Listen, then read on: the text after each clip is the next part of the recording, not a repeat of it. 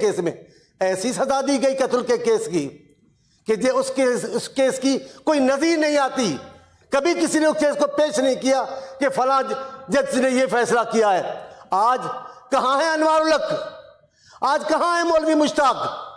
لیکن جو انصاف کے بات کا پلڑا بھاری رکھتے ہیں ان کا نام ہمیشہ آج دوراب پٹیل کو یاد کرتے ہیں, فخر الدین ابراہیم کو یاد کرتے ہیں, بہت سارے اور بھی ججز یاد آتے ہیں.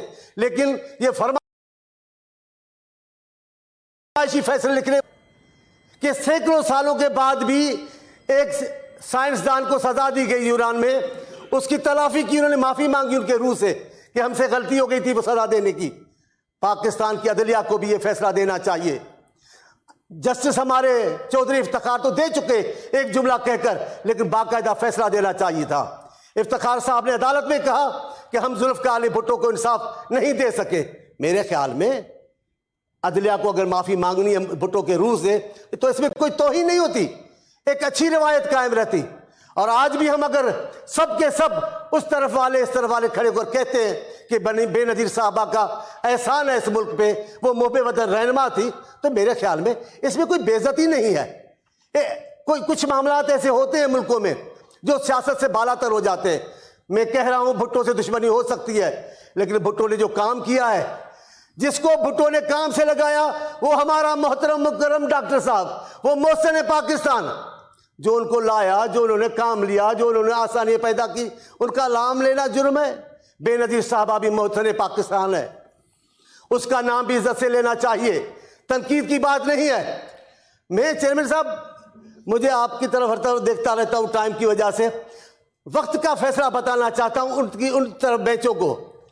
آپ دیکھیں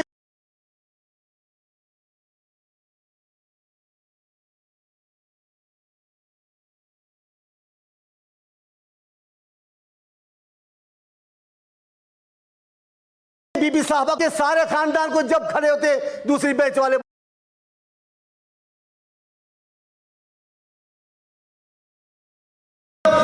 مجھے آپ کی طرف ہر طرف دیکھتا رہتا ہوں ٹائم کی وجہ سے, وقت کا فیصلہ بتانا چاہتا ہوں ان طرف بینچوں کو. آپ دیکھیں بی بی صاحبہ کو کیا کیا, شہر شہر کوٹ کوٹ گھمایا. بی بی صاحبہ اٹھ کر کھڑی ہوتی تھی اور ایک بینچوں سے شروع ہو جاتا تھا چور چور چور. آج خدا کا فیصلہ تو دیکھو, آج ان کے سارے خاندان کو جب کھڑے ہوتے دوسری بینچ والے بول رہے چور چور چور.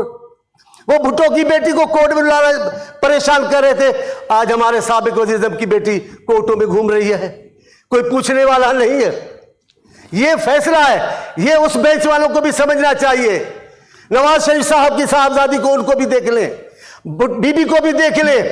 ابھی تو آپ کے سر پہ سایہ ہے, ابھی تو اندھیرا نہیں چھایا. جب اندھیرا چھائے گا, جب ایک دوسرے کو بھی نہیں پہچانیں گے, تب دیکھنے جیسی بات ہوگی تو کون کھڑا ہوتا ہے. ابھی تو سب عمران خان کے عزیز ہیں, خان صاحب کے, لیکن بعد میں کون کون کھڑا ہوگا یہ منظر ہم دیکھ آئے ہیں. میں معذرت چاہتا ہوں, ختم کر رہا ہوں. انصاف فرمائشی ہوگا, کسی دور میں قبول نہیں کیا جائے گا. بھٹو صاحب کے زمانے میں انصاف فرمائشی تھا, تمام لوگوں کو نااہل کیا گیا فرمائشی بنیادوں پر. اب بی بی کو بھی ایسا کیا گیا ہے. آج بھی انصافی فرمائش اور فرمائشی انصاف دیکھ رہے ہیں, اس کو دنیا قبول نہیں کرے گی, اس کی نظیریں نہیں ملیں گی. بے نظیر صاحبہ, آپ کو میرا سلام ہو. آپ پاکستان کی تمام خواتین کے لیے قابل فخر ہیں. مجھے یاد ہے چیئرمین صاحب, بات میں کیونکہ ساری عمر انہی کے ساتھ رہا ہوں, بہت ساری باتیں یاد آتی ہیں. کراچی میں ایک جلوس کی وہ قیادت کر رہی تھی, ان پہ آنسو گیس چلائی گئی. میں دو رہنما بولتا ہوں جو ان کے سخت دشمن تھے, محترم جی ایم سید اور ولی خان صاحب کی بیگم صاحبہ. ولی خان سے نسیم علی صاحبہ نے کہا کہ بے نظیر خاتون ہے, لیکن آج جس انداز سے اس نے بہادری کا مقابلہ کیا ہے, ہماری گردن اونچی ہو گئی ہے پاکستان کی خواتین کی.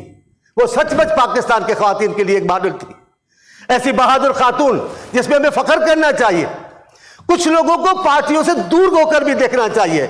تمام لوگوں کو پارٹی کا چشمہ پہن کے دیکھیں گے تو یہ انصاف نہیں ہوگا ہمارے سماج کے ساتھ.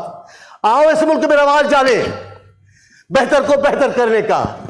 صرف برائی نہ کریں, جو اچھا کرے اس کی اچھائی بھی کریں. صرف صحافیوں کو گالیاں نہیں دے, اگر کوئی صحافی اچھا کام کر رہا ہے تو اس کی تعریف بھی کریں.